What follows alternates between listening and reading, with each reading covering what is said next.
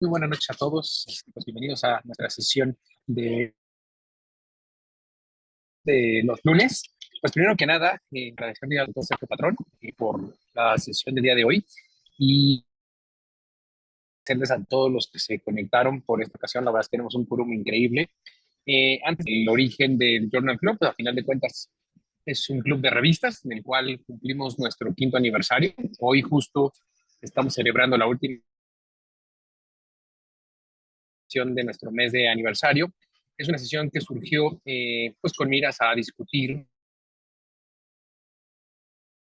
de cardiopatías congénitas y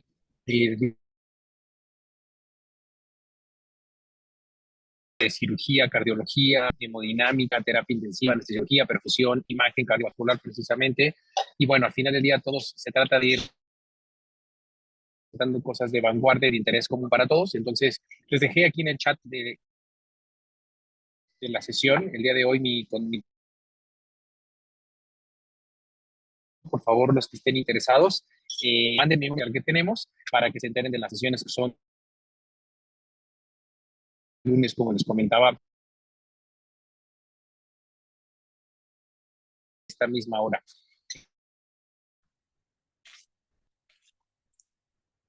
Foro abierto, alguien está interesado en compartirnos algún caso clínico, algún.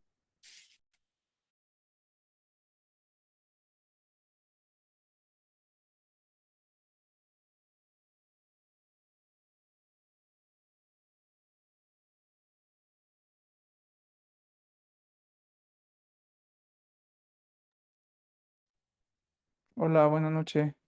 Hola, vamos con el doctor Sergio Patrón porque tenemos problemas de conectividad con el doctor Alcántara. Gracias, doctor Sergio. Hola, buenas noches a todos. Pues antes que nada, muchas gracias a todos por conectarse a esta sesión que hemos preparado para ustedes.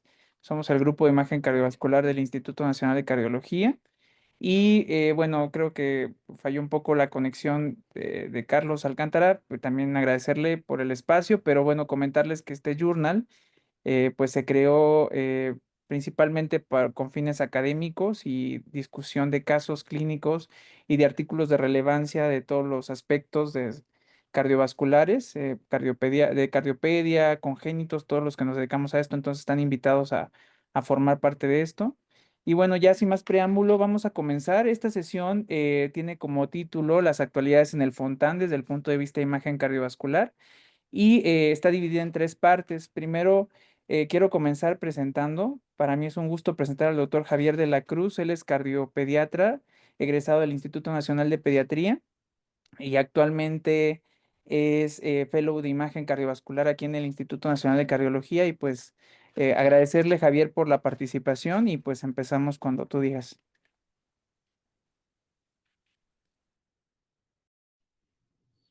Muchísimas gracias, doctor. Pues vamos a comenzar. Déjenme compartir la pantalla y ya ustedes me dicen si están viendo mi pantalla.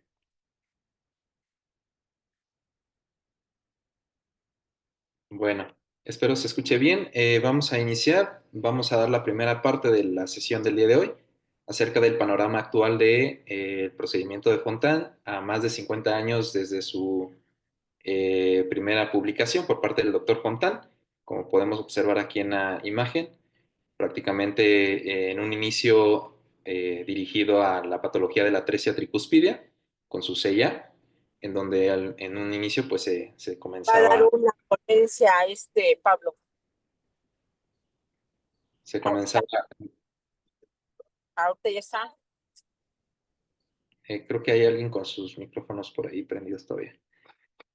Entonces, dentro de las primeras formas de realización del procedimiento, pues era lo que conocíamos como una conexión aurículo-pulmonar, para llegar al final, en nuestros tiempos, pues el procedimiento más realizado, que es el tubo extracardíaco de Fontan.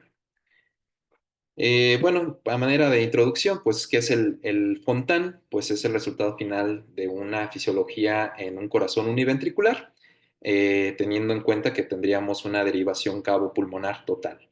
El objetivo, pues, es separar la circulación venosa sistémica de la cavidad ventricular principal, que funcionaría como única bomba de la sangre sistémica, como podemos observar en la imagen, y esto pues siendo funcionalmente únicamente para esta circulación, teniendo como resultados pues la separación de las dos circulaciones mezcladas, disminuir el trabajo de bomba del corazón Lo y tenía. mejorando la hipoxemia. A manera de línea de tiempo, aquí les muestro en diagramas las diferentes formas y modificaciones que ha tenido este procedimiento de Fontan desde 1971, cuando el doctor Fontan pues, había hecho su primera publicación, realizando en estos pacientes, como comentaba, de atresia tricuspidia en una conexión aurículo-pulmonar, como pueden observar en esta parte del diagrama. Posteriormente, York en el 78 realizaba en este mismo grupo de pacientes en atresia tricuspidia una anastomosis de un tubo extracardíaco de lo que vendría siendo el atrio derecho hacia el ventrículo derecho, con una válvula ahí mismo. En el 83, de Level realizaba la tunelización lateral derivando el retorno venoso sistémico y la conexión de este tubo lateral hacia la rama pulmonar. Posteriormente, el doctor Kawashima en el 84 realizaba también parte de la modificación de este procedimiento en pacientes ya no solamente con atresia tricuspidia, sino con levoisomorfismo, en donde teníamos interrupción de la vena cava inferior y el drenaje de todo el hemicuerpo inferior, llegando por el sistema ácigos a la vena cava superior, Muy fabulosa. en donde podíamos obtener prácticamente la anastomosis de la vena cava superior directamente a la rama y con esto la derivación total. Y por último, en el 88, Marcelletti justamente realizaba la modificación que es la que actualmente predomina en su realización con el tubo extracardíaco que permitía derivar justamente el drenaje venoso sistémico del hemicuerpo inferior, como pueden observar en el diagrama. Entonces, con esto, ¿qué teníamos o qué cambios esperábamos en estos pacientes? Simplemente se pueden resumir en 2 puntos, con el aumento significativo del volumen y la presión del sistema vascular venoso sistémico, alrededor de 20 milímetros de mercurio, evadiendo prácticamente a la bomba del corazón. En el diagrama A podemos observar de forma esquemática toda la circulación en serie de una persona normal, donde observábamos las elevaciones de presiones, en rojo pues la sangre saturada, en azul la sangre saturada, y vean cómo pues permitiéndonos el corazón derecho de esta manera derivar esta sangre pues al sistema pulmonar para después regresar al corazón y así ser expulsado en forma de gasto cardíaco a todo el sistema. Ahora, ¿qué esperábamos en estos pacientes en una fase temprana después del Fontan?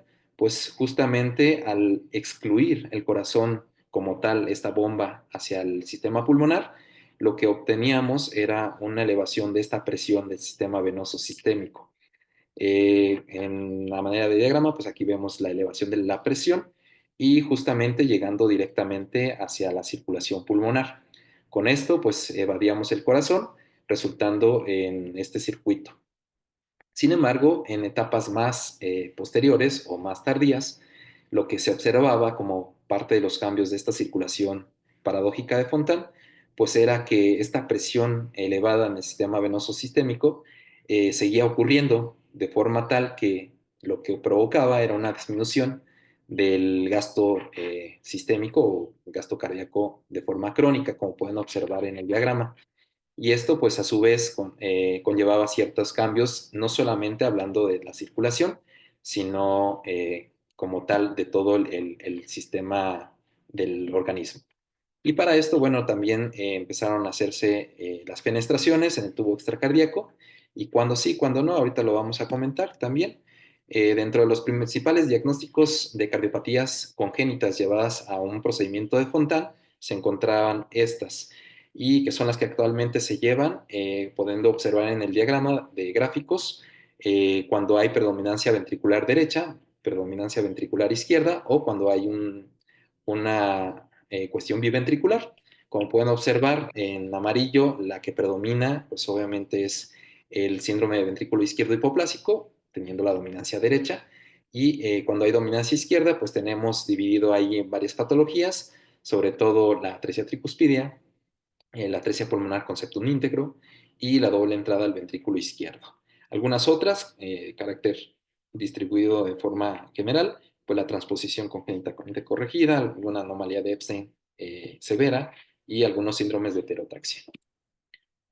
Bueno, una vez entendido y recapitulando todo lo que es la circulación de Fontan, pues les comentaba que esta circulación conlleva ciertos cambios en todo el organismo y dentro de esos cambios pues vamos a esperar que pudieran llegar a generarse algunas de estas complicaciones, por lo cual habría que tener en cuenta a la hora de darle seguimiento a estos pacientes. Y como pueden observar, pues es toda la economía del cuerpo a nivel del sistema o del aparato respiratorio, el sistema hepático, renal, el propio corazón, el sistema venoso sistémico, el sistema neurológico, el sistema linfático, algunas alteraciones metabólicas, hematológicas a nivel gastrointestinal y también a nivel del sistema reproductivo. No me voy a detener mucho en esto, pero bueno, tomar en cuenta que todos estos cambios pues, pueden llevar a esto, a estas complicaciones que están subrayadas en rojo principalmente. Y bueno, ya entrando un poquito más a manera del tema de la situación actual del Fontan, hablamos de sobrevida y de los artículos más recientes que se han publicado, pues tenemos países sobre todo del primer mundo, donde se lleva actualmente pues registro de estos pacientes y cómo han ido evolucionando a lo largo de los años posterior al procedimiento de Fontan. Y para esto pues quiero mostrar de primera estos diagramas donde se muestran la evolución de estos pacientes que se llevaron a cabo el Fontan con o fenestración cerrada, sobre todo en este primer gráfico que es el del lado izquierdo, la sobrevida, como pueden observar aquí de manera significativa, con el cierre pues temprano, alrededor de los 3 años de la fenestración, mejoraba mucho la calidad y la sobrevida de estos pacientes, a diferencia de los que se mantenían con una fenestración abierta. Posteriormente, bueno, por mecanismo de cierre, ya sea permaneciendo abierta o con cierre por medio de cateterismo o un cierre espontáneo. Como pueden observar, la sobrevida pues sigue siendo mejor a largo plazo en los pacientes donde se lleva a cabo un cierre temprano. Sé que se ha debatido mucho y se ha puesto en controversia si dejar o no abierta la fenestración en este grupo de pacientes y para eso, pues bueno, aquí les paso un metaanálisis reciente que se realizó en Canadá, donde se incluyeron 19 estudios, 4.806 pacientes, divididos en dos grupos, los que tenían fenestración, 2.727, y el resto que no tenían fenestración, sin encontrar una diferencia significativa en cuanto a la falla de Fontan a largo plazo, así como también en cuanto a la presentación de eventos vasculares cerebrales. Sin embargo, lo que sí demostraron en este metaanálisis fue que se necesitó un drenaje pleural significativamente menos que el grupo de los que no tenían la fenestra, así como también los que tenían una presión pulmonar menor en el grupo de los que no tenían la fenestra. Y una presentación menor de saturación, que era lo esperado, ¿no? En el grupo que sí tenía la fenestración. Eso pues esperado, entonces de esta manera pues se concluía, bueno, se tenía como esa tendencia a valorar su uso de la fenestración en un grupo de pacientes muy seleccionados, sobre todo los de alto riesgo, sobre todo para ayudarles en un posoperatorio inmediato. Ahora, ¿qué es lo que conocemos acerca de este grupo de pacientes y en su evolución ya prácticamente posterior a estos rebasando los 50 años desde que se propuso este procedimiento? Según la clasificación de Bethesda para las cardiopatías congénitas en el adulto, se sabe que alcanzan al menos los 60 años de vida el 90% de las cardiopatías simples, el 75% de las cardiopatías congénitas de moderada complejidad, aquí háblese de la tetralogía de Fallot, por ejemplo, y un 35% de las cardiopatías congénitas con alta complejidad, que es justamente aquí en este punto donde se incluye al paciente con una fisiología univentricular. Si se dan cuenta, pues es pues bastante obvio ver cómo disminuye la tasa de sobrevida que llevan estos pacientes. Simplemente, por ejemplo, en Estados Unidos se sabe que se realizan alrededor de 1.062 cirugías de Fontan por año. Eso, bueno, aunado a que en el mundo pues también se siguen realizando más cirugías, se conoce un estimado de entre 50.000 a 80.000 cirugías de Fontan en todo el mundo. Y esto pues nos deja el tema de hoy, qué es lo que ha pasado con este grupo de pacientes. Y para eso, bueno, dentro de los registros que se conocen hasta la actualidad, está el registro australiano y de Nueva Zelanda, que recientemente publicaron este estudio donde hablan de la calidad global de vida de los adultos que tienen una fisiología ya de Fontan, en donde observamos en el gráfico de su izquierda, a manera de escala visual análoga con colores y números, qué tanta calidad de vida o qué tan buena calidad de vida presentaban estos pacientes en una encuesta que se les realizó, observando que el promedio se encontraba entre 8 a 5, o sea, llevando una calidad de vida moderadamente buena, ¿no? Y a su lado derecho podemos observar en este mismo cuestionario realizaron la escala DAS, en donde evaluaron la cantidad o la prevalencia de depresión, ansiedad y estrés en este grupo de pacientes, observando que también la mayoría de los pacientes encajaba en un estado normal, sin presencia de depresión, ansiedad o estrés. Sin embargo, eso pues, nos deja hablando que no todos los pacientes presentan esta evolución favorable. Sin embargo, habrá que tomarlo en cuenta en su seguimiento. Otro de los artículos que nos deja mucha información con respecto al panorama actual es este que lanzó la American Heart Association en 2019, en donde pues propone, bueno, comenta más bien que de acuerdo a los avances técnicos, mejoras en la selección de pacientes, tratamiento perioperatorio, la sobrevida de estos pacientes ha ido incrementándose con una sobrevida superior al 80% a 30 años desde su cirugía y esperando que esta población pues se duplique en los próximos 20 años. Entonces eso habla de que este grupo de pacientes va a seguir en aumento. Ahora, otro de los registros que se tienen actuales de este grupo de pacientes es en Suecia y recientemente también publicado un artículo en donde observamos el gráfico de sobrevida y a 25 años de seguimiento, cómo han permanecido con buena sobrevida este grupo de pacientes, divididos en predominancia ventricular izquierda o biventricular, o si solamente predominaba una morfología derecha. Como pueden observar, pues con una mejor sobrevida los que tienen dominancia izquierda. Esto dejándonos pues en claro que los pacientes pueden sobrevivir más de 50 años. La esperanza de vida pues obviamente incrementándose y esto sobre todo en función del diagnóstico de la cardiopatía inicial. También teniendo en cuenta que las tasas de sobrevivencia más bajas se han asociado al síndrome de ventrículo izquierdo hipoplásico, lo cual correlaciona con el gráfico y lo vamos a observar ahorita en las siguientes gráficas. Aquí en esta tabla, nada más para mencionar un poco acerca de la mortalidad actual que se conoce de este grupo de pacientes, podemos observar en este estudio igual del 2024, dividido por un total, una dominancia ventricular izquierda en esta columna y una dominancia ventricular derecha.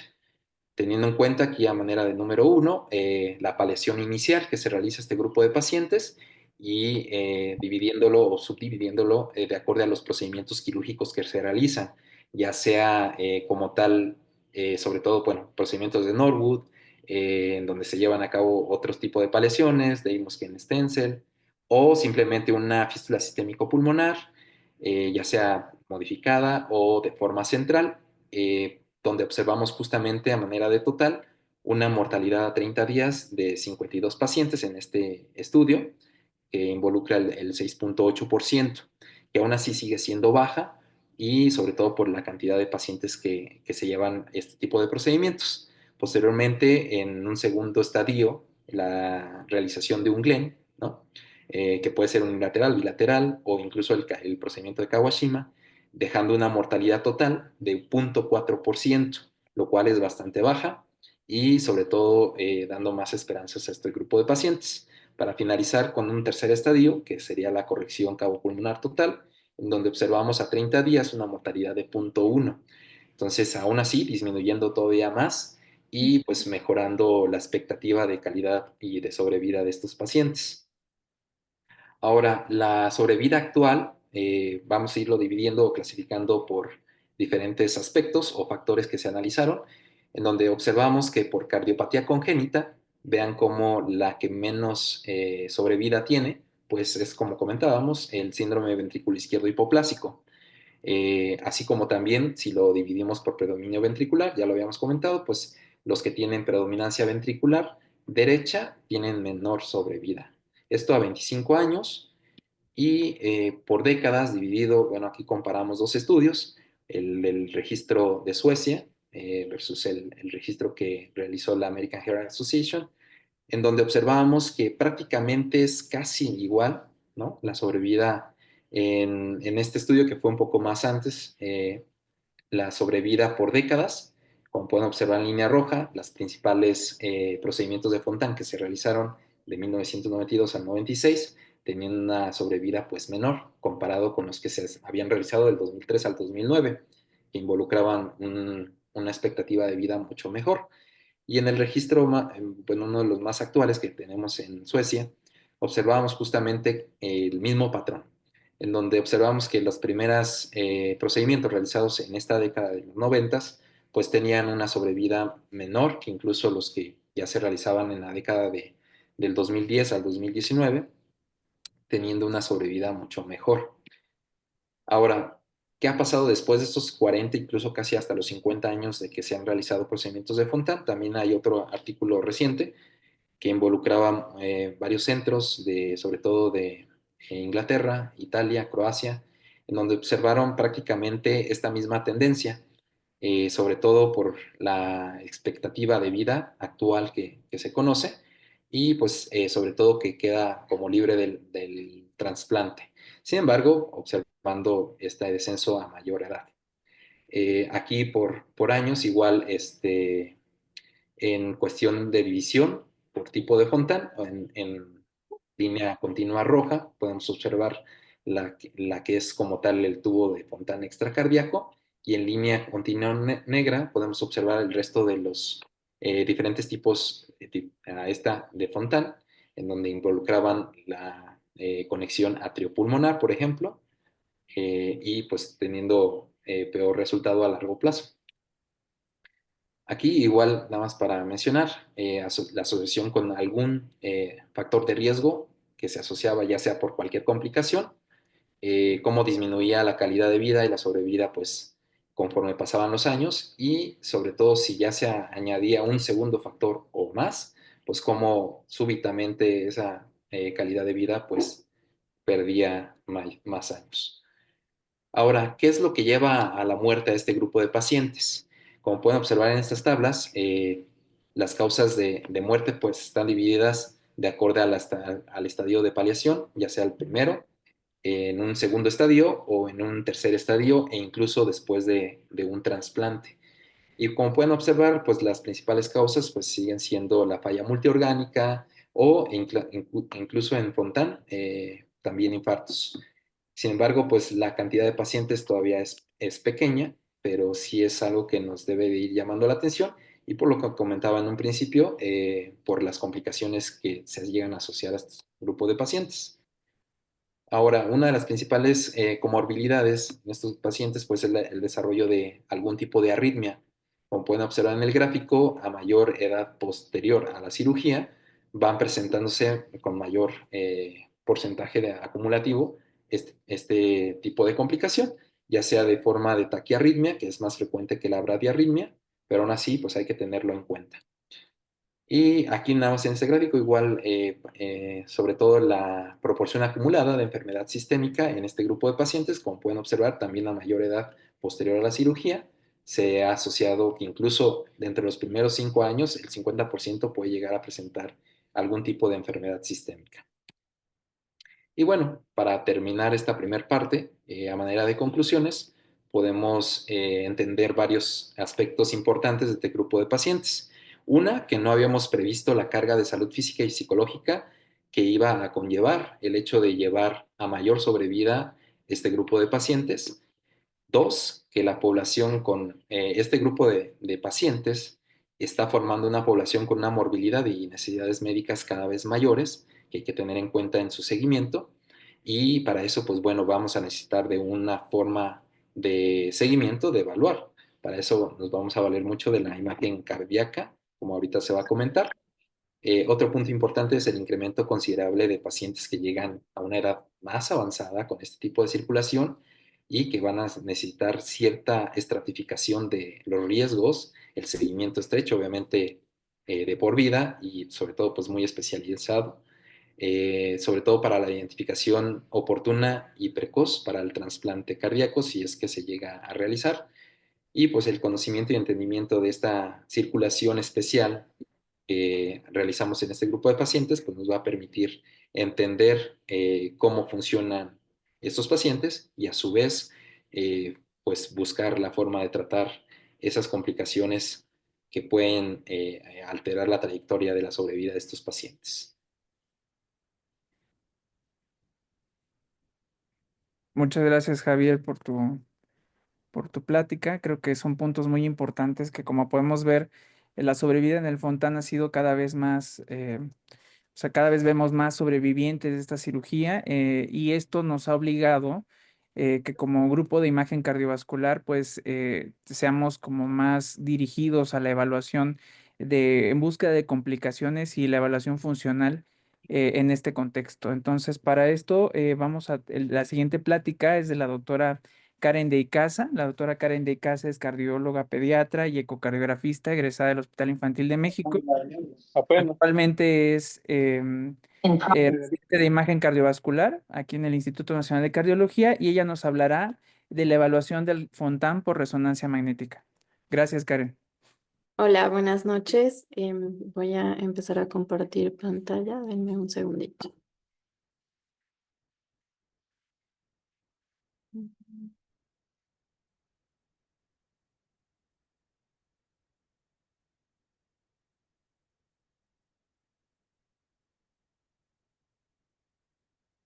Un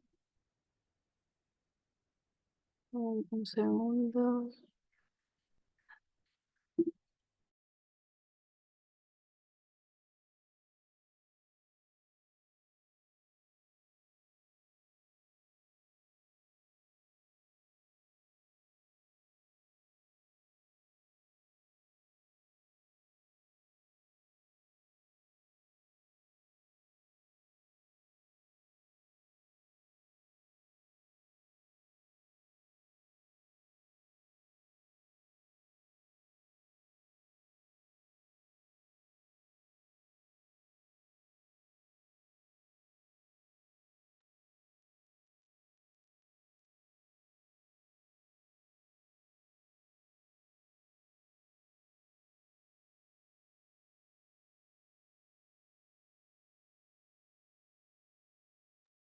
Karen, no escuchamos, perdón.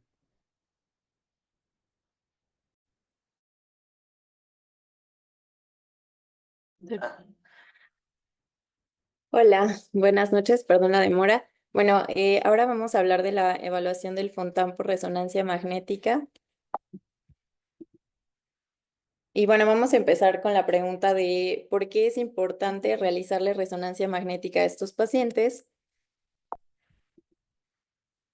Y pues vamos a empezar con la morfología y la función ventricular. Sabemos que la resonancia magnética nos va a poder permitir evaluar a estos pacientes desde su análisis secuencial y segmentario. Vamos a poder evaluar las válvulas atrioventriculares y sobre todo pues vamos a poder evaluar el ventrículo dominante en caso de que haya uno, y vamos a poder realizar la cuantificación de volúmenes y la función ventricular. Sabemos que esto es el gold standard para, bueno, la resonancia magnética es el gold standard para la función ventricular. Em, bueno, independientemente de la ventana acústica que tenga el paciente, no vamos a tener pues limitación por esta parte, como sucede a veces en el ecocardiograma. Entonces, desde la anatomía pues de la cardiopatía de nuestro paciente es algo que vamos a poder evaluar, y esto va a ser importante para las diferentes etapas de los pacientes con fisiología ventricular y de las diferentes reparaciones. Además, vamos a poder evaluar los flujos y la permeabilidad del sistema. Para esto vamos a tener diferentes métodos. Aquí les muestro unos cines en contraste de fase, donde podemos evaluar desde la vena cava inferior hasta todo el trayecto del tubo del Fontán, hasta su llegada a las ramas y la derivación cabopulmonar superior.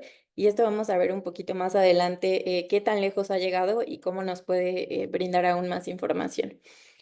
Además, a través de la angiografía, pues vamos a poder realizar mediciones de el tubo en todo su trayecto para detectar si hay algún sitio de obstrucción, si hay estenosis en ramas pulmonares, si hay alguna alteración en alguna otra estructura vascular que nos competa para estas derivaciones cabopulmonares, porque como sabemos, los pacientes con Fontán pues tienen riesgo incrementado de trombosis, entonces es algo que tenemos que estar vigilando durante la evolución de estos pacientes.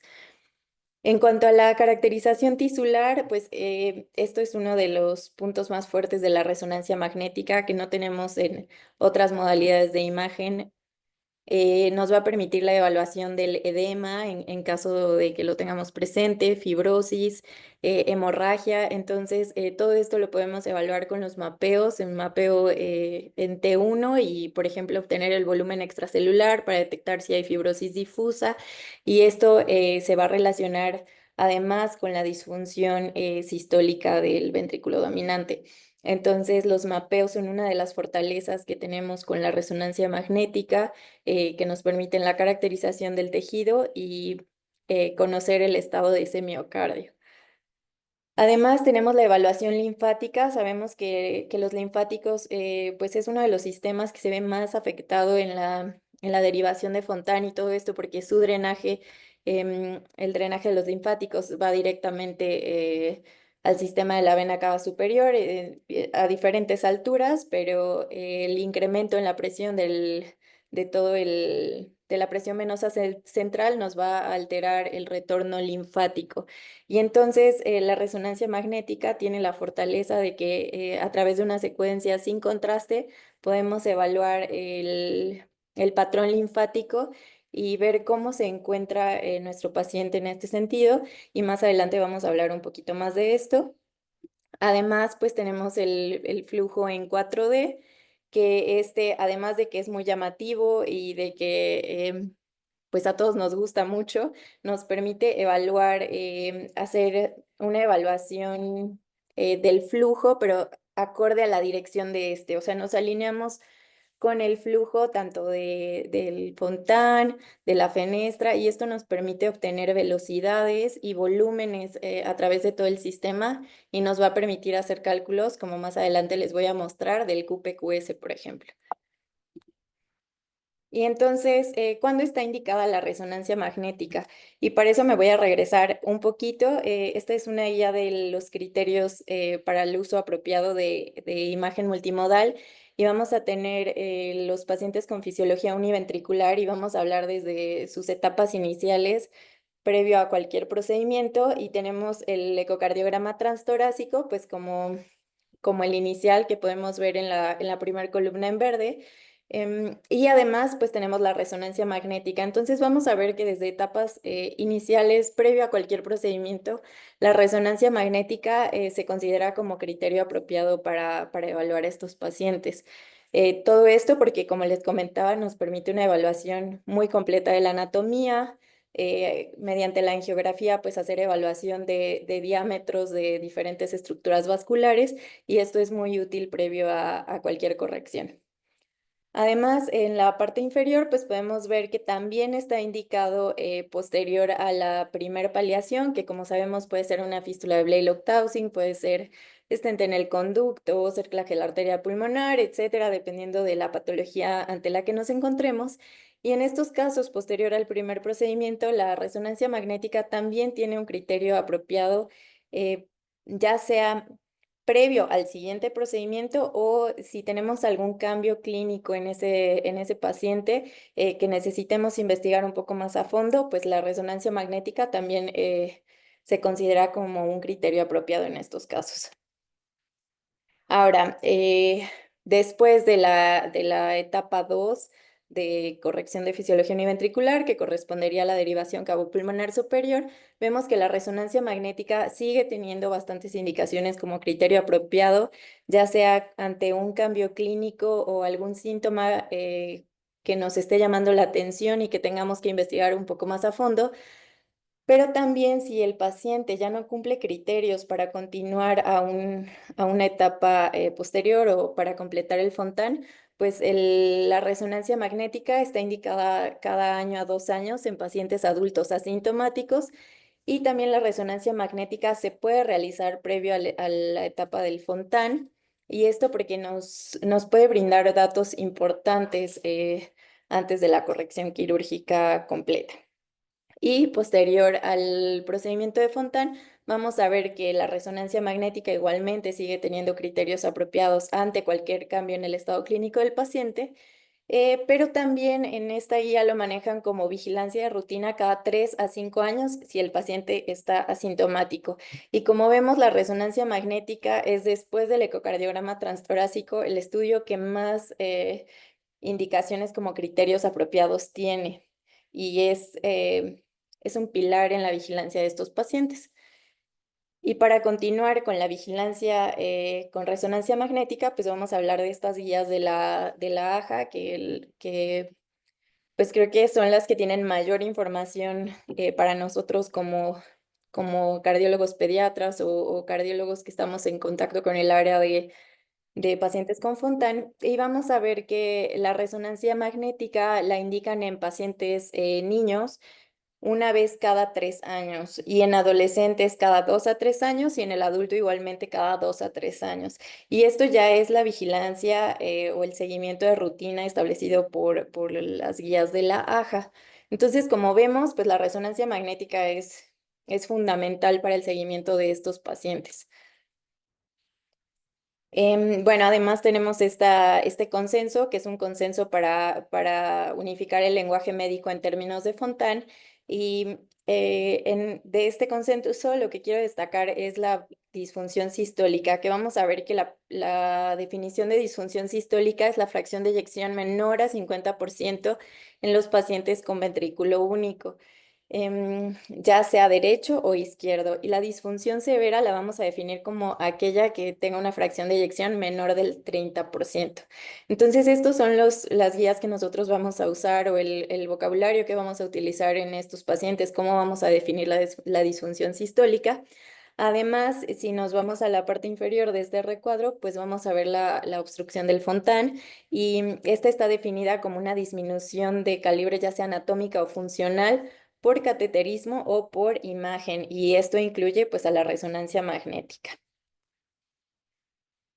Entonces, pues aquí les pongo un primer caso. Esta se trata de una paciente femenina de 20 años que tiene síndrome de ventrículo derecho hipoplásico. Se operó de Fontan en el 2021, se encuentra asintomática y se le pidió su estudio pues como parte de la vigilancia de rutina que acabamos de ver. La paciente satura 85%, y aquí podemos ver a través de estos cines de 4D Flow cómo tenemos la vena cava inferior, el tubo de Fontan que está completamente permeable, cómo este está drenando a través de la anastomosis con la rama derecha de la arteria pulmonar. Además, podemos ver en la porción superior la derivación cabopulmonar superior. Vemos la vena cava superior drenando igualmente. Se ve un poquito mejor en la imagen de la derecha, que drena sin ninguna obstrucción a la rama derecha de la arteria pulmonar. Y además, con la flecha les estoy señalando la fenestra. Entonces, el 4D Flow nos permite evaluar todo esto en múltiples planos. Ahorita les voy a poner unos cines más, pero al mismo tiempo nos permite también alinearnos a ese flujo y entonces hacer una evaluación muy precisa de estos. Aquí tenemos unas cines igual en 4D Flow. Podemos ver desde una vista posterior. Aquí vemos la vena cava inferior, el tubo del Fontan y cómo se está anastomosando la rama derecha de la arteria pulmonar. Como les digo, esta es una vista posterior. Y acá vemos la derivación cabopulmonar superior, igualmente anastomosándose con la rama derecha de la cava superior. En estos pacientes, igualmente, si ustedes leen todas las guías, es importante vigilar que las venas pulmonares no estén obstruidas por este tubo o por dilatación de auricular. Entonces aquí vemos que las venas pulmonares derechas están perfectas, que no tienen ninguna obstrucción.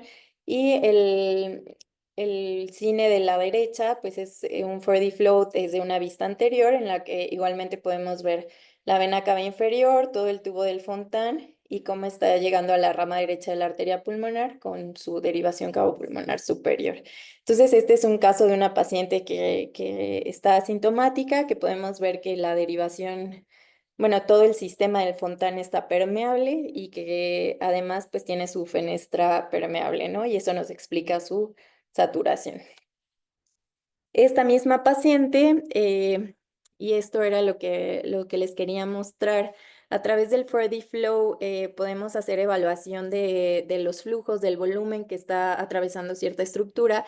Entonces, en el recuadro superior de la izquierda tenemos la aorta, ahí les marqué la aorta, y nos podemos alinear perfectamente con el flujo de este vaso para trazar el vaso y poder evaluar el volumen y el flujo que está atravesando. Ahí tenemos en la gráfica verde, este es el flujo aórtico, y si nosotros vemos del lado inferior derecho, les puse los volúmenes y las velocidades pico, y si vemos el flujo 6, que es el que corresponde al verde de la aorta, vemos que tenemos un volumen total en la aorta de 65 mililitros y una velocidad pico de 1.1.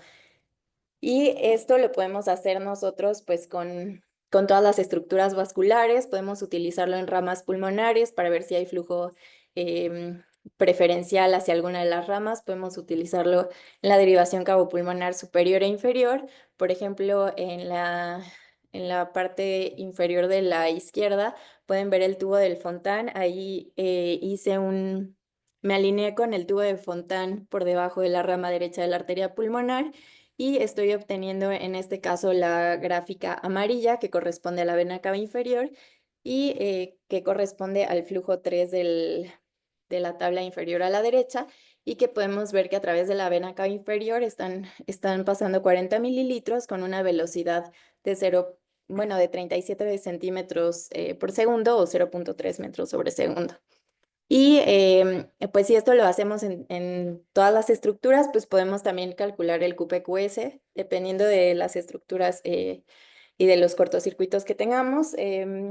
Podemos ver aquí que yo tomé el flujo 3, que es el de la vena cava inferior, que está marcado ahí en la gráfica, que nos da 40.4 mililitros. La vena cava superior nos está aportando 11, que es la azul, el flujo 4, 11.3 mililitros con una velocidad de 21 centímetros por segundo.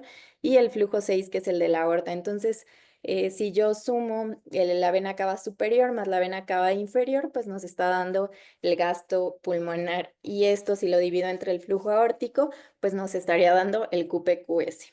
Entonces, así es como hacemos esto con todos los pacientes y esto incluso pues nos ayuda a evaluar si hay presencia de colaterales o hay algún cortocircuito relevante en estos pacientes. Y esto es lo que hacemos con todos los pacientes que evaluamos nosotros de Fontan.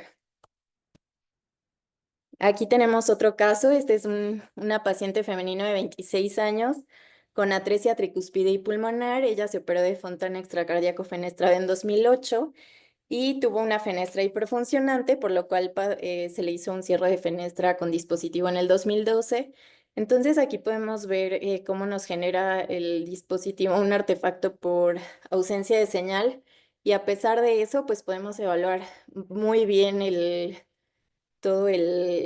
la dinámica de flujo a través de la vena cava inferior, del tubo del Fontan, la vena cava superior y pues el 4D Flow es una herramienta que nos permite hacer la evaluación de todas estas estructuras vasculares y que nosotros podamos traducir esto a QPQS, a obstrucciones, etcétera. De complicaciones, ¿qué más podemos evaluar? Pues este es un caso de un paciente masculino de 25 años que se pidió evaluación por obstrucción crónica del Fontan. Y aquí tenemos como vemos la vena cava inferior y a nivel del asterisco vemos que hay una disminución de calibre en el tubo del Fontán podemos ver la vena cava superior que está permeable, entonces aquí ya pues hay obstrucción de nuestro sistema. Y secundario a esto se han creado, pueden ver las flechas colaterales veno-venosas al sistema porta. Entonces, todo esto nos permite la resonancia magnética a través de herramientas como el 4D Flow, el poder hacer una evaluación tan precisa de estos pacientes. Y además de esto, ¿qué más aportamos? Bueno, como les comentaba, los linfáticos es uno de los sistemas que más se afectan con la fisiología univentricular. Entonces, se puede hacer una evaluación del patrón linfático a través de resonancia magnética y se cataloga como el tipo 1, 2, 3 y 4. En el tipo 1 hay pocas o casi nulas anormalidades del sistema linfático, sin embargo, en el tipo 2 ya hay incremento de los canales linfáticos en la región supraclavicular. En el tipo 3, este incremento ya se está extendiendo al mediastino, como podemos ver en las imágenes, y en el tipo 4 ya va a haber una perfusión linfática normal que se extiende incluso hasta el parénquima pulmonar. Y esto se ha visto que se asocia el tipo 3 y tipo 4 a complicaciones e inclusive también a mortalidad de estos pacientes. Bueno, pues este es un trabajo que tuve la oportunidad de presentar con el doctor Patrón en el Congreso Mundial de Resonancia Magnética en Londres en 2024. Es un estudio que hicimos allá en el Hospital Infantil de México. Estuvimos haciendo linfangiografía con T2 pesado a los pacientes con Fontan y aquí tenemos pues en diferentes patrones de perfusión linfática. En la letra B, por ejemplo, podemos ver que ya hay incremento de los canales linfáticos discreto a nivel supraclavicular.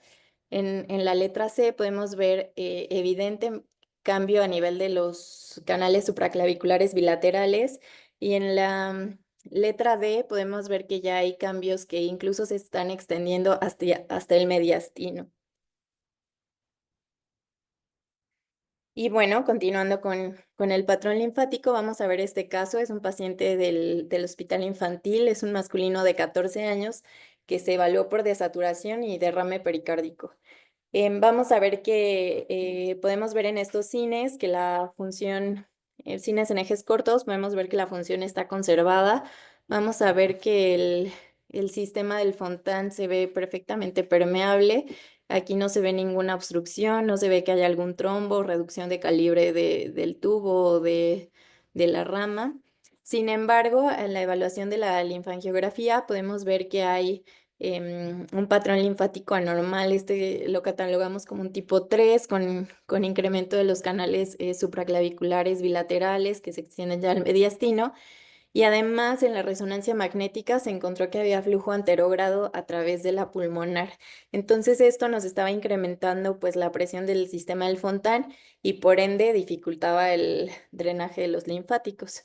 Entonces este paciente posterior a la resonancia magnética pasó a cateterismo, se le ocluyó el flujo anterógrado con dispositivo y podemos ver cómo en su resonancia magnética de control pues la linfangiografía pues ya está normal. Cambió por completo el patrón linfático y ya no es un tipo 3, ahora ya lo tenemos en un tipo 1, en el cual hay casi nada de anormalidades. Además, pues como sabemos, la resonancia magnética es el gold standard para la función ventricular.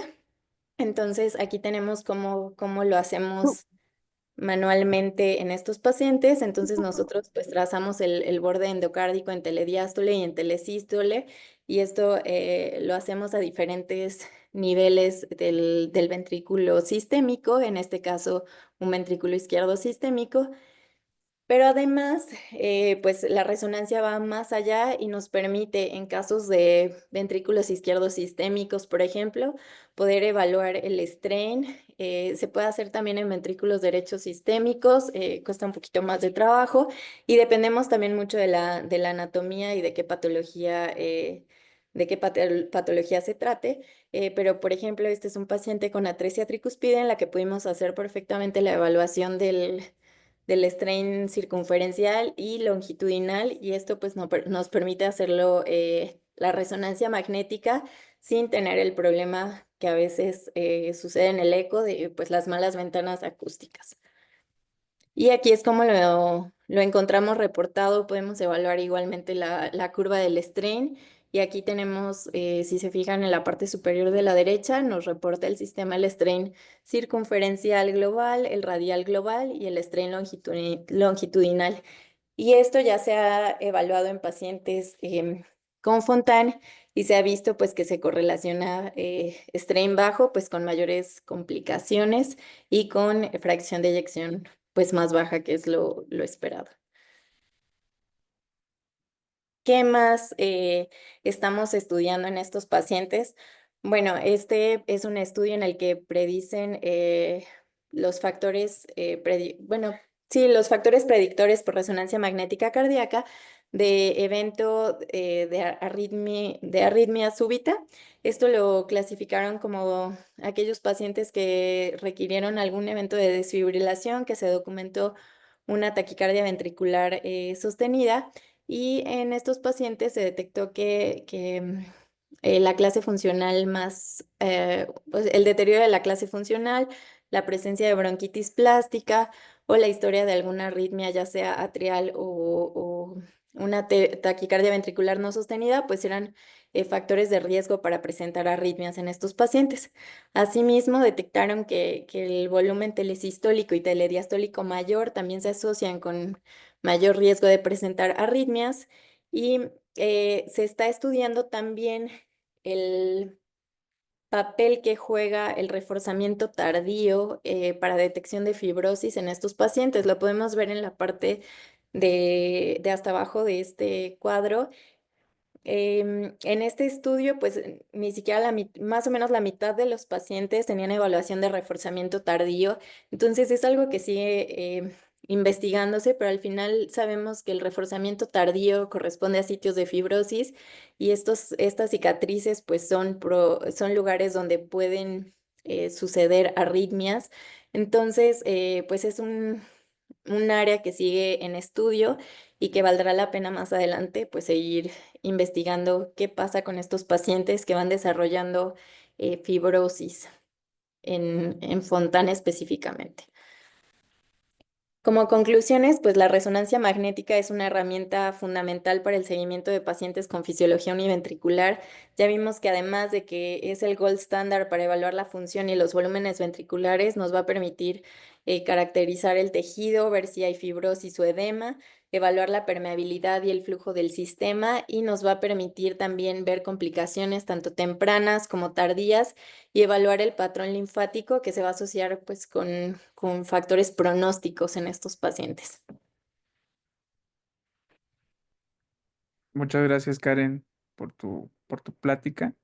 Sí, como dice la doctora Karen, la resonancia magnética en la actualidad es una de las herramientas más importantes para la evaluación del Fontan. Pensar actualmente en continuar la evaluación del Fontan sin este método es una práctica no bien fundamentada, como ya les mostraron ahí en las indicaciones apropiadas.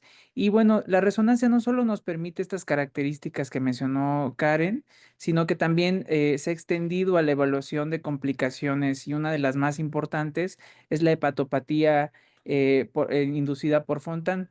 Ya para concluir este módulo, le quiero agradecer al doctor Pablo Hernández. El doctor Pablo Hernández es médico radiólogo, fue médico adscrito del Hospital de Cardiología del Centro Médico Nacional Siglo XXI. Él es egresado del Centro Médico Nacional de la Raza y bueno, accedió a ayudarnos a participar con esta parte de la hepatopatía por Fontan y cómo se evalúa por resonancia magnética. Muchas gracias, Pablo.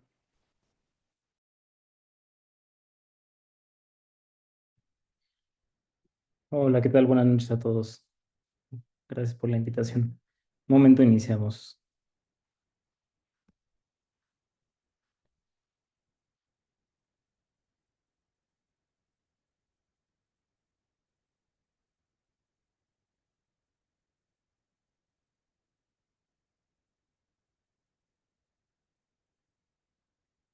Bueno, espero que se esté viendo mi pantalla. Bueno, vamos a hablar Ya vemos, de pero gracias. Gracias. Vamos a continuar con nuestro tema de hoy de la evaluación del Fontán, hablando de la hepatopatía. Bien, pues tradicionalmente en lo del método diagnóstico del que estamos hablando principalmente aquí, la resonancia magnética, pues nos ha utilizado ampliamente, como ya comentamos, para la evaluación detallada anatómica y funcional de los pacientes con Fontán. Sin embargo, pues también tenemos otras ventajas para este método diagnóstico y pues como tal vamos a tocar en este momento el tema de la hepatopatía, de la hepatía por Fontán, que como tal se refiere a la amplia gama de alteraciones estructurales y funcionales del hígado causadas por los cambios hemodinámicos asociados a la circulación de Fontán, como lo vamos a ver en estas diapositivas. Bien, pues primero les presento este cuadro que resume un estudio realizado en España que identificaba la prevalencia y características clínicas, así como factores de riesgo y de las complicaciones hepáticas después de la operación con Fontán. Vemos resaltado en rojo cómo las complicaciones hepáticas eh, son son una de las complicaciones más importantes que vamos a ver en estos pacientes, siendo aproximadamente el 40% de los pacientes, ya sea que se presenten con hepatalgia, hepatomegalia, aumento de las bilirrubinas séricas o inclusive la cirrosis y el hepatocarcinoma, como vamos a ver. Por lo tanto, pues la evaluación del hígado en los pacientes con Fontán y sobre todo con la sobrevida que ya están teniendo, pues va a ser más importante, ¿no? Bueno, es importante, pues como ya lo mencionamos atrás con mis compañeros, pues que recordar pues que la fisiología de Fontán pues da características especiales a este tipo de pacientes, teniendo como piedra angular la elevación de la presión venosa central, ¿vale? Esta elevación de la presión venosa central pues nos va a estar afectando a diferentes niveles del organismo. Y en cuanto al hígado, pues va a ser uno de los que va a estar más afectados y los que vamos a tener pues más a la mano para evaluar mediante este mecanismo. En un principio se pensaba que este tipo de hepatopatía se comportaba igual que otro tipo de hepatopatías pues causadas por tóxicos o por virus. Sin embargo, pues como vamos a ver más adelante, pues esta tiene ciertas peculiaridades que pues es importante que conozcamos. Pues iniciando y como a método de recordatorio, pues vamos a ver que la fisiología y la anatomía del hígado pues son muy características, puesto que tiene una circulación y sobre todo un aporte sanguíneo dual, siendo el principal y más importante el atribuido por la vena porta, el cual atribuye más o menos el 70% del flujo y, y secundaria está la circulación arterial. Bien, como comentamos, por el procedimiento de Fontana hay un aumento en la presión venosa central, lo cual aumenta de manera retrógrada toda la presión que existe en los sinusoides hepáticos, los cuales van a sufrir cambios cambios mecánicos, los cuales van a activar como tal a las células estrelladas que se encuentran en el intersticio y así produciendo fibrosis, ¿vale? Ahora, ¿qué cambios, a diferencia de la cirrosis vista, por ejemplo, en los pacientes con virus hepatotropos? Pues este tipo de fibrosis que nosotros observamos en estos pacientes se le denomina fibrosis inversa, ¿vale? Por los puentes que hacen entre los sinusoides hepáticos. Este tipo de fibrosis solamente vista en otro tipo de pacientes que tienen sobre todo obstrucciones venosas como los de Budd-Chiari.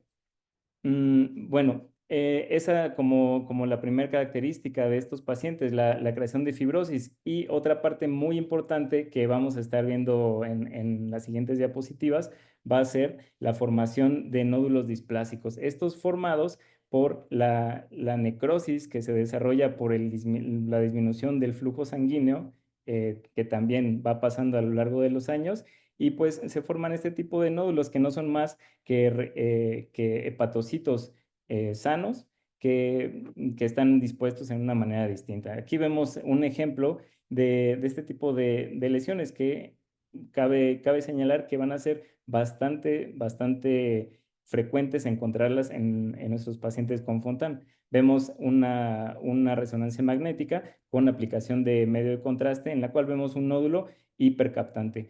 Este tipo de nódulos pues llaman la atención y pues sobre todo son de las principales indicaciones por las cuales nos traen a estos pacientes para que los evaluemos. Queremos saber si esos nódulos son displásicos, propios de la evolución del Fontan, o bien se trata de algún nódulo con sospecha, sobre todo de malignidad.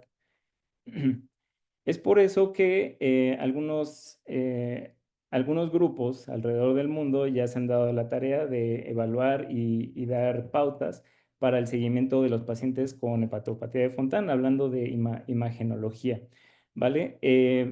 Como tal, se recomienda que se inicie con el seguimiento del hígado a partir de los 10 años posterior al procedimiento, a menos que se haya tenido antes alguna complicación como obstrucción, por ejemplo, ¿vale? Pero en general a todos se les tiene que iniciar a estudiar a los 10 años. En el caso de los pacientes que se operan un poco más grandes, se recomienda hacer este inicio de la evaluación cuando pasan de la edad pediátrica, cuando ya se van a hacer adultos, ¿vale? Comenzar con la evaluación. La primer línea de evaluación la vamos a tener en el ultrasonido. Y posterior, el ultrasonido, a pesar de que no es tan sensible para la detección de nódulos, pues sí nos va a dar algunas pautas que vamos a ver más adelante. Y pues como tal vamos a tener dos vertientes, una que encontremos datos de fibrosis o que encontremos un nódulo.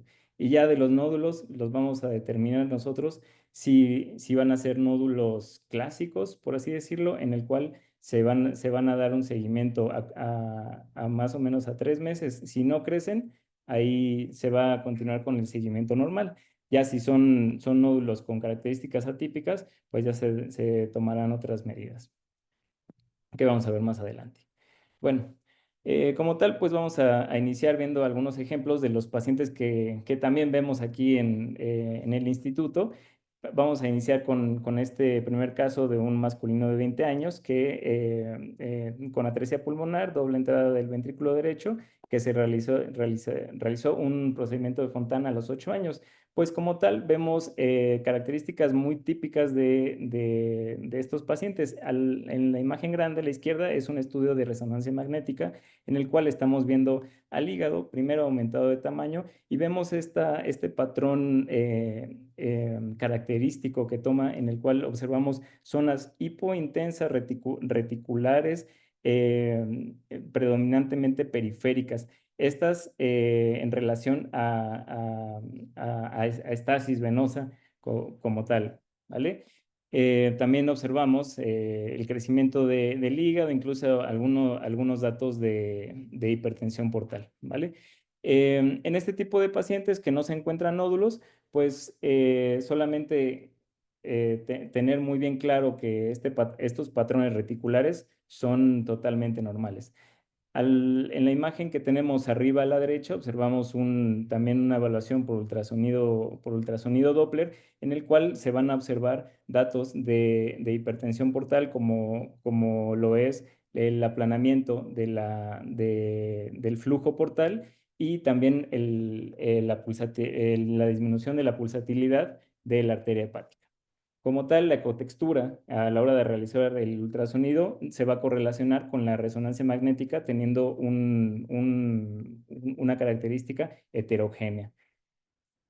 Este tipo de cambios observados tanto con el transductor convexo como en el lineal, pues nos tienen bastante correlación también con el grado de fibrosis, ¿vale? Ahora, para el grado de fibrosis, bien, tanto el ultrasonido como la resonancia magnética convencional a veces se quedan cortos y no tienen tanta sensibilidad. Para todo ello, están en desarrollo ciertos parámetros para la medición adecuada o más cercana a la realidad de la fibrosis, puesto que sabemos, bueno, que se sabe que el gold standard para la evaluación de la fibrosis es la biopsia hepática, ¿vale? Pero, sin embargo, ya se está estudiando cada vez más diferentes métodos de elastografía, tanto realizada por resonancia magnética, como lo vemos en la imagen del lado izquierdo, como también la realizada mediante ultrasonido.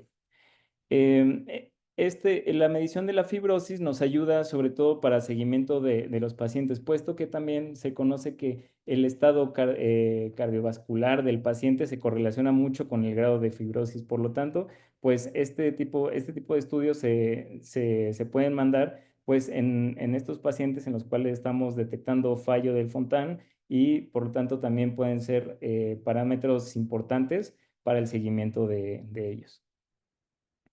Vamos a ver otro caso observado en nuestro centro, en el cual este es un femenino de 14 años que tenía como diagnóstico una doble salida del ventrículo derecho con estenosis pulmonar. Se le realizó un procedimiento de Fontan extracardíaco hace 5 años y con stent bueno, se le había realizado un stent en la fenestra y en la vena cava inferior. Es decir, es un paciente que ya venía con complicaciones.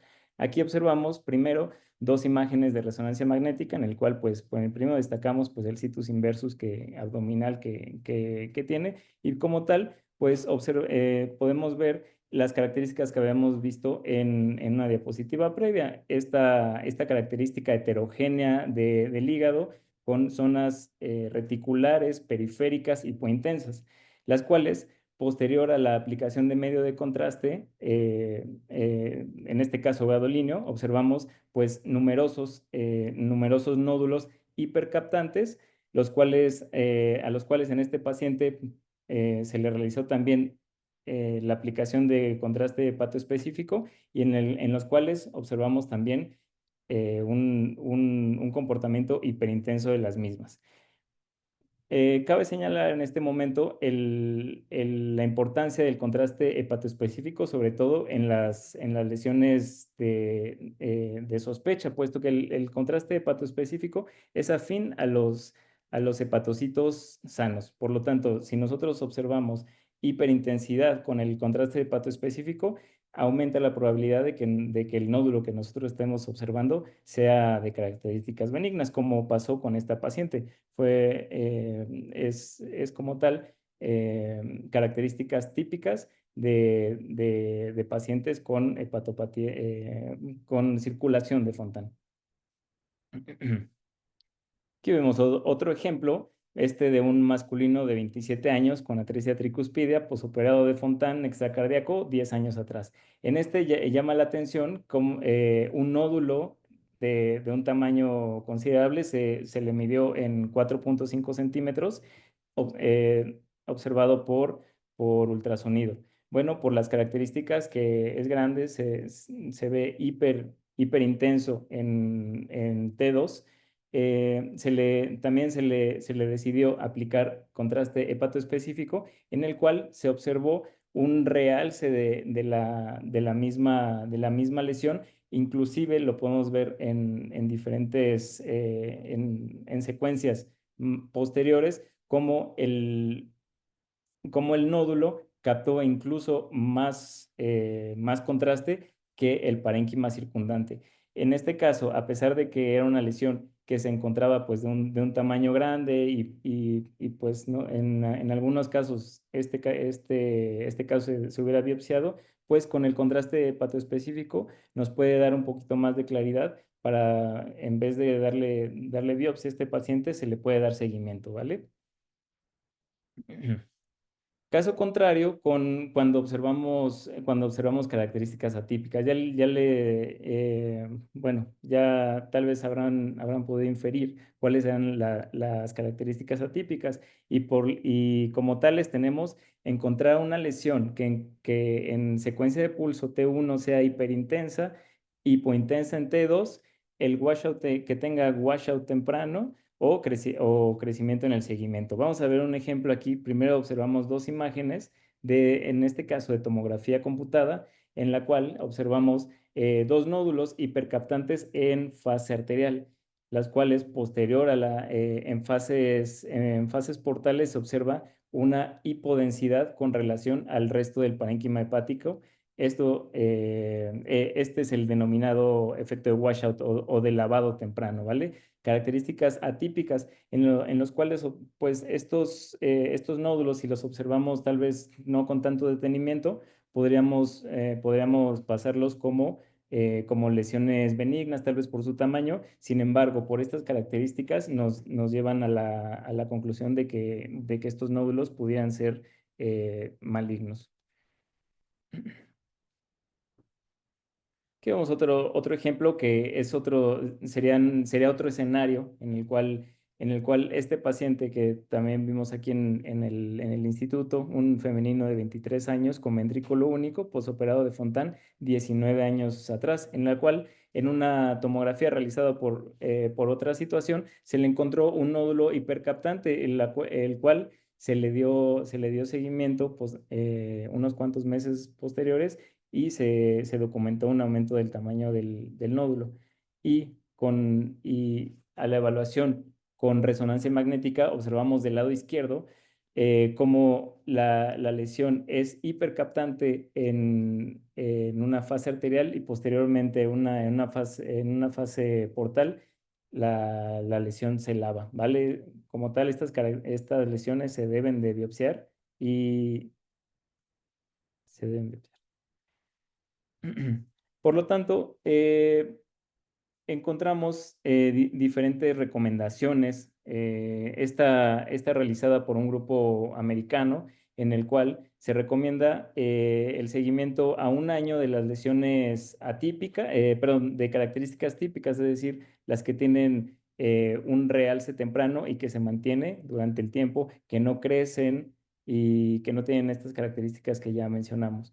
Como tal, las lesiones moderadas, es decir, las que tienen un lavado temprano o que tienen estas características, se les debe dar un seguimiento a 3 6 meses y las que están catalogadas como de alta sospecha, se les tiene que biopsiar. Pues esto, ¿por qué es importante? Se realizó un estudio también en Estados Unidos en el cual se evaluó a los pacientes que desarrollaron hepatocarcinoma en el seguimiento y pues se concluyó que los que llevaban como tal un protocolo de screening en búsqueda de lesiones iban a tener mejor sobrevida, puesto que tienen pues un poco más de posibilidades de tratamiento, llámese quimioembolización, quimioterapia, etcétera, ¿vale? Es por eso que consideramos importante que se adopten estas medidas de screening para que nosotros podamos detectar estas lesiones a tiempo, ¿vale? Y pues como conclusión, quisiera resaltar que en el caso de la fisiopatología, la hepatopatía por Fontan es un proceso inherente prácticamente derivado del mismo procedimiento que se va a desarrollar a lo largo del tiempo en mayor o menor medida, pero que nosotros tenemos que estar tenemos que estar bastante atentos. La detección y cuantificación de la fibrosis hepática puede correlacionarse con el estadio cardiovascular, como bien lo dije, es un campo que aún está en evolución, pero que puede llegar a ser algo de mucha utilidad en el caso de la imagen. La clasificación de las lesiones y su seguimiento imagenológico resulta de crucial importancia en el seguimiento a largo plazo, como lo vimos durante toda la plática, y la incorporación del screening y el seguimiento de lesiones sospechosas podría tener implicaciones en la sobrevida de nuestros pacientes con Fontan. Y bueno, como tal, eso es todo por mi parte. Muchas gracias. Muchas gracias, Pablo, por tu plática tan...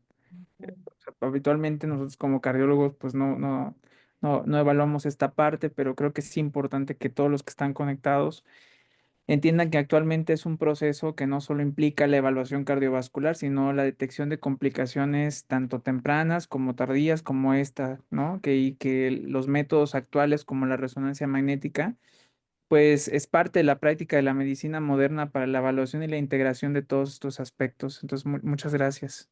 Muchas gracias. No sé si existe alguna duda, alguna pregunta por parte del auditorio. Yo sí, que tengo un comentario y dos preguntas. Como comentario, pues veo que ya con tanta especificidad de la resonancia, esto nos obliga a los cirujanos a que te quede todo muy perfecto, ¿no? Porque ahí se nota cualquier turbulencia y eso nos demanda que, que vayamos mejorando la forma de hacer las anastomosis. Eso me quedo yo con esta, de esta parte de los flujos. Y de preguntas, dos preguntas. Una, ¿cuáles son los obstáculos que se enfrentaría para reproducir este método diagnóstico en provincia sobre todo, ¿no? Porque aquí en la Ciudad de México, pues en los institutos a lo mejor se puede hacer, pero en provincia no sé qué tan difícil es. A lo mejor nada más falta personal y que tengan el software o qué otros retos hay. Y la segunda pregunta, con la inteligencia artificial, ¿qué vislumbran ustedes respecto a la resonancia, ¿no? ¿Qué herramientas les está brindando o se alcanzan a vislumbrar en un futuro? No sé si alguno de los muchachos quiere responder esta pregunta. Bueno, yo creo que una de las principales limitaciones en provincia o fuera de los institutos, pues definitivamente son los equipos, ¿no? Cada vez nosotros aquí en el instituto tenemos un curso de alta especialidad de imagen cardiovascular que está dirigido a cardiólogos pediatras, cardiólogos y radiólogos. Y el objetivo es ese, formar gente con expertise en el área de imagen cardiovascular. Ahora, desafortunadamente, pues no solamente depende del personal, sino también de los equipos disponibles. Siempre les he dicho que la resonancia es como un iPhone. Mientras más apps le compres, más disponibilidad de herramientas tienes, ¿no? Entonces, muchas veces contamos con equipos, pues de hasta cierto punto básicos, que como mencionó Karen, nos permiten la evaluación funcional anatómica, evaluación tisular del tejido miocárdico, patrón linfático, pero secuencias como más precisas como el FordiFlow o el Strain, que nosotros, pues en realidad es una práctica común aquí en el Hay instituto, muchas cosas que no medimos. realmente no están para todos disponibles, entonces eso puede ser una limitación. Y ahora, contestando a tu segunda pregunta, yo creo que la inteligencia artificial, pues está tomando cada vez un papel más importante. Sin embargo, cabe resaltar que aquí nosotros no somos, o sea, tratamos de hacer todo mediciones manuales, corroborar la correlación de lo que vemos con lo que los resultados que estamos obteniendo.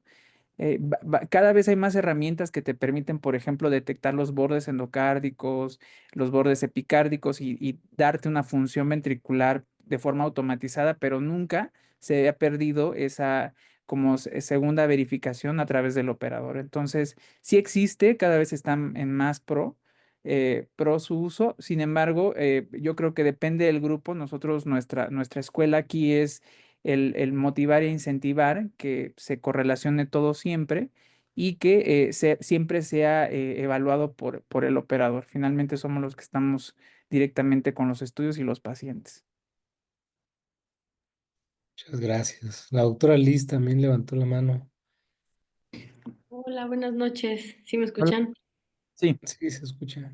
Bueno, pues primero que nada, muchas felicidades a los doctores por la plática. Muy bien el tema abordado.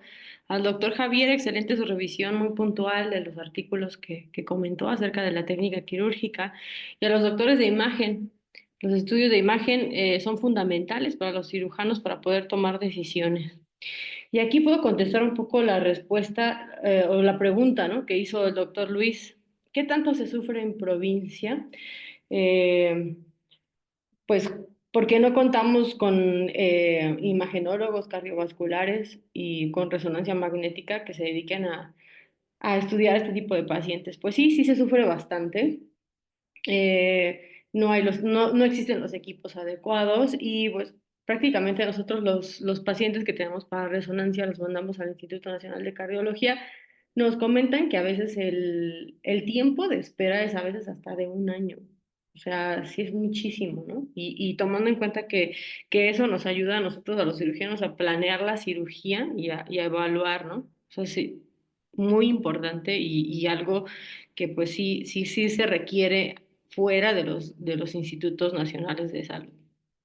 Cada día vamos a ver más pacientes operados de Fontana a largo plazo. Eso quiere decir que estamos haciendo las cosas bien, pero pues obviamente sí requiere un seguimiento adecuado de por vida, como ya se comentó. Y pues bueno, como ya comentaron los doctores, la resonancia magnética cada día toma importancia en las planeaciones preoperatorias y posoperatorias de los pacientes. La linfangiografía, que es lo que ya veo que ya están haciendo en el GIM y en el Instituto Nacional de Cardiología, pues qué bien, ¿no? Para evaluar estos pacientes. Yo tengo una pregunta al doctor Pablo, que el que habló acerca de la hepatopatía post-Fontán. ¿Ustedes allá en el instituto sí tienen pacientes con hepatocarcinoma y cuántos tienen ustedes captados? Sí, como tal, no tenemos un registro claro, sin embargo, solamente registros o casos esporádicos que tenemos, como tal, no tenemos un registro claro. Sin embargo, sí sí se han detectado casos de hepatocarcinoma y pues detectados de la manera que la comentamos con la evaluación por resonancia magnética y con el contraste hepatoespecífico, pues cómo se ha dado esta, esta evaluación. Perdón, Liz, también tratando de contestar tu pregunta. Sí, Lo que sí. pasa que también estamos en una época nueva aquí en el instituto en el que se cambió el resonador y todo esto. Y la verdad es que antes no los estudiábamos tanto. Y ese es el objetivo de mostrarles todo esto, ¿no? O sea, antes no los estudiábamos. Ahora de rutina ya los Fontanes vienen con no solo la evaluación de los flujos en 4D, la evaluación angiográfica, lo que normalmente tal vez tú conociste aquí, sino que también estamos extendiéndonos a la parte hepática, a los linfáticos, etcétera. Entonces, o sea, hemos armado de alguna forma, hemos mejorado estos protocolos que nos han permitido esta detección. Entonces, a lo mejor algunos los pudimos haber omitido o no manifestarse hasta su fase más tardía. Entonces, yo creo que esto va a ir creciendo, o sea, tal vez estamos en este punto en el que estamos reclutando estos pacientes, pero pues también porque hemos mejorado en esta precisión diagnóstica. Exacto. Yo cuando estuve haciendo la residencia, sí veía que sí faltaban algunas cosas en el seguimiento de los pacientes. Ya pasaron 2 años de cuando yo estuve ahí. Ahora que tuve la oportunidad de ver algunos casos, veo que ya los están estudiando mejor, o sea, ya a todos les piden PFHs completas, les piden estudios de imagen, a lo mejor no resonancia, pero empiezan por ultrasonido hepático para detectar este tipo de cosas y veo que también los mandan al Subirán, ven y siguen todos los pacientes global, o sea, sí están mejorando muy bien el seguimiento de estos pacientes a largo plazo. Y sí, o sea, a lo mejor los resultados de esto se va a ver en un estudio, a lo mejor en unos años. Sí, Ujú. gracias. ¿Alguien más Gracias. tiene una pregunta? ¿Algún comentario?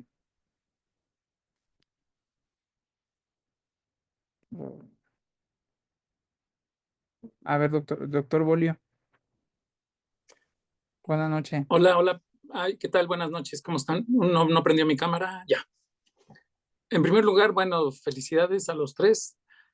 Karen, me da mucho gusto saludarte. Sergio, bueno, pues nos vimos hoy. Y doctores, pues mucho gusto. Gracias por la presentación. Yo creo que lo hemos comentado desde que tú llegaste al hospital infantil, Sergio, como cada vez la resonancia magnética en corazón univentricular está funcionando más e incluso nos va a dar diagnósticos que el cateterismo no nos da. Desde un principio lo vimos, yo creo que la evaluación y el estandarizar con resonancia magnética debe ser desde posterior al Glenn. O sea, posterior al Glenn, empezar a ver cómo funciona ese Glenn y darle seguimiento y correlacionar después con el cateterismo pre-Fontan, con el Fontan, etcétera, etcétera. Ahora, aquí lo importante es, bueno, en primer lugar, falta todavía estandarizar muchas cosas, como dice Sergio, cada vez van a ir saliendo cosas nuevas, pero a fin de cuentas lo importante es, ahora ya que estoy detectando esto por resonancia, que a lo mejor todavía no lo puedo detectar en un cateterismo, o que el paciente, ojalá y qué bueno, pero que no tenga todavía síntomas, entonces, ¿qué intervención tengo que hacer? Hay que recordar que no es lo mismo Fontan, que ya falló, Fontan fallido, que pues ahí se tiene que ir a trasplante, y Fontan fallando, que a lo mejor yo puedo detectar más tempranamente el Fontan que apenas empieza a fallar, precisamente con todos esos estudios. Y yo sí creo que, bueno, se pueden incluso ir descubriendo cada vez más cosas, pero al principio nos decíamos nada más, no, pues nomás cómo funciona el corazón. No, espérame. Después viene, no, ok, pero ¿qué está pasando con la bronquitis plástica? Luego, ¿qué está pasando con la enteropatía perdedora de proteínas? Ahora, ¿qué está pasando con la circulación linfática? Y ahora, ¿qué está pasando con la función hepática? Y ahora, además, pues, ¿cuándo de esos pacientes los tengo que llevar a trasplante? Prácticamente, yo creo que cada vez que hablamos de esto, todos estamos convencidos que todos los Fontanes, tarde o temprano, van a caer en trasplante o van a llegar a trasplante. A lo mejor empezamos a detectar variables que ayudan a retardar esta necesidad de trasplante todavía más. Pero bueno, finalmente creo que a lo que debemos llegar es que conforme se va desarrollando todo esto debemos de ir teniendo experiencia, debemos ir desarrollando nuevo conocimiento, pero entonces ahora el chiste es trasladarlo al paciente. ¿Cuándo voy a tomar cierto tipo de decisiones?